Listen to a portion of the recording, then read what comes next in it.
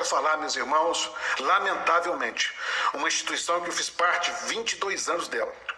Uma igreja que as pessoas estão colocando o pé dentro dela e alguma pessoa está sendo, de alguma forma, dizendo: "Ah, Deus me mostrou isso e isso", e tem cegado o entendimento das pessoas. Eu falo porque às vezes eu fico hoje numa reflexão da minha vida e falo: meu Deus, como eu fiquei tanto tempo dentro de um lugar onde claramente estavam dizendo: não está na Bíblia, mas Deus revelou, e eu ainda suportei e aceitei aquela doutrina. Por quê? Porque na verdade é dissimuladamente, é sorrateiramente. Os primeiros sinais que vêm às vezes é dizendo assim: ó, Deus mostrou que você está com um problema na família. Quem não tem um problema na família? Ou às vezes o dom vem assim: ó, o Senhor mostrou que tem alguém aqui hoje que está precisando de uma bênção. Aí você está ali necessitado, precisando de um milagre, e você identifica com aquilo e você começa a cair na rede. O falso mestre, ele vai introduzindo dissimuladamente os seus falsos ensinos. Meus irmãos, a igreja ICM, Igreja Cristã Maranata, é uma igreja que tem que ter muito cuidado de entrar dentro dela. E igrejas como ela, igrejas que estão usando dons espirituais para domínio do povo, igrejas que estão usando a palavra revelação para dominar o povo. Meus irmãos, o verdadeiro cristão, ele precisa ser guiado pelo Evangelho. Nós não podemos ser guiados por doutrinas que alguém diga: não está na Bíblia, mas Deus revelou. Paulo nos adverte acerca disso. Se alguém trouxer a doutrina nova que não está aqui, que não está na palavra, considere anátema. Qual o propósito? De prisão, aprisionamento da mente. Então, meu irmão, muito cuidado. Quando você entrar numa instituição como a ICM, que usa os supostos dons para que você fique preso nas garras de um falso profeta, saia de lá. Não fique, não aceite. Você corre um risco muito grande de estar levando a sua vida para uma repentina perdição.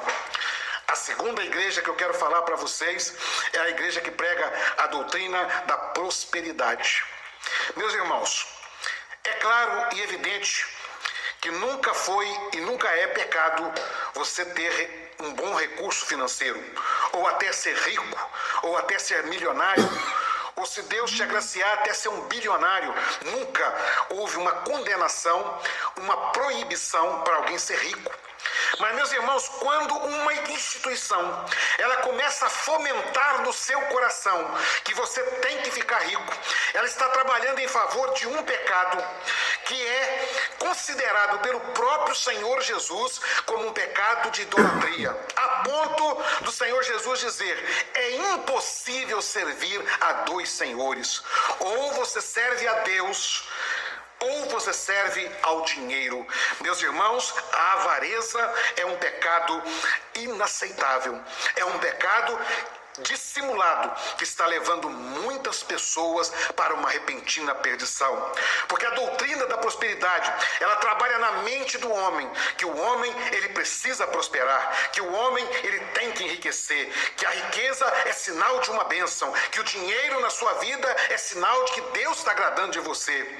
Eu já ouvi, meus irmãos, pessoas que estavam envolvidas numa completa vida de imoralidade sexual, dizendo o seguinte: olha, Deus está agradando de mim, porque se ele não estivesse agradando de mim, eu não seria uma pessoa tão próspera como eu sou. Justamente, é dissimulado.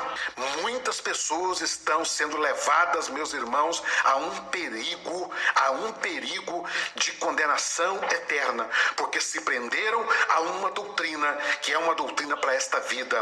Porque a grande riqueza, meus irmãos, que essa doutrina produz, chama-se impérios religiosos. Todas as instituições que pregam prosperidade financeira se tornaram grandes impérios, se tornaram grandes e poderosos impérios aqui na terra, porque atrás da doutrina da prosperidade está uma falsa doutrina em que você tem que negociar com Deus, em que você tem direito de negociar com Deus alguma coisa para a sua vida. Isso não é verdade.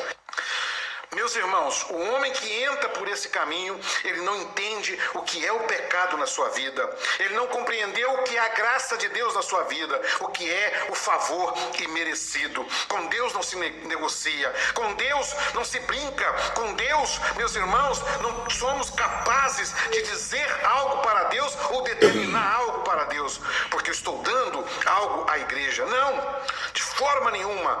Graça é um favor imerecido. E a doutrina da prosperidade, ela está negando a graça de Cristo. Então, muito cuidado. E eu cito aqui uma dessas igrejas, a Igreja Universal do Reino de Deus. Uma igreja onde a base da sua doutrina é a prosperidade financeira. Muito cuidado, porque quando você entra, você é seduzido por aquela promessa que vai ficar rico. A avareza, o Deus Mamon cresce dentro de você, como disse o próprio Senhor Jesus. A avareza cresce dentro de você e você fica incapaz de se libertar das garras daqueles falsos mestres. Igrejas como a Universal do Reino de Deus são perigosíssimas para a sua vida espiritual. Cuidado, a repentina destruição vai pegar muitos cristãos que estão dentro dessas instituições. A terceira instituição que eu quero dizer que você não deve entrar, que é muito perigosa, são as instituições que trazem o judaísmo para dentro de si. Eles pegam a lei, e essas são religiões muito dissimuladas, porque elas têm na mão a Bíblia. E o leitor leigo da Bíblia, ele acha que uma vez que está lendo a Bíblia, está certo. E ele, de forma dissimulada, é introduzido dentro do seio da igreja as chamadas leis do Velho Testamento. Meus irmãos, qual é o propósito disso? Há um propósito, e o propósito chama-se domínio. Meus irmãos, através das leis do Velho Testamento, as instituições que pregam isso estão dominando os seus adeptos. Não há salvação pela graça. A salvação é pelo cumprimento daquilo que está escrito na lei. E eles são dissimulados a ponto de dizerem: a sua igreja não prega a lei, então você pode matar na sua igreja? Aí quando alguém responde: não podemos matar, porque a Bíblia diz não matarás, e eles então usam: tá vendo? Vocês também guardam a lei. Meus irmãos, mas quando nós entendemos o que Cristo nos ensinou, a lei se cumpre em Jesus, porque há um novo mandamento que se faz cumprir toda a lei, que é: amarás ao teu próximo como eu vos amei, disse Jesus. Meus irmãos, quando nós não matamos alguém, quando nós não roubamos alguém, quando nós não desejamos a mulher do próximo, quando nós cumprimos toda a lei, nós temos que fazer pelo amor, não por ordenanças. Não é por ordenança que nós devemos viver em Cristo. Não é baseado naquilo que eu faço que eu posso confiar a minha salvação. De forma nenhuma. Não é porque eu guardo o sábado, não é porque eu não como carne disso ou daquilo, não é porque eu não bebo café, ou porque... Não! A nossa salvação precisa ser confiada porque Cristo foi um dia ao Calvário e Ele nos deu o direito de vida eterna. Isso é salvação pela graça. Salvação pela graça é quando nós atribuímos todo o mérito da salvação a Cristo e nunca a nós.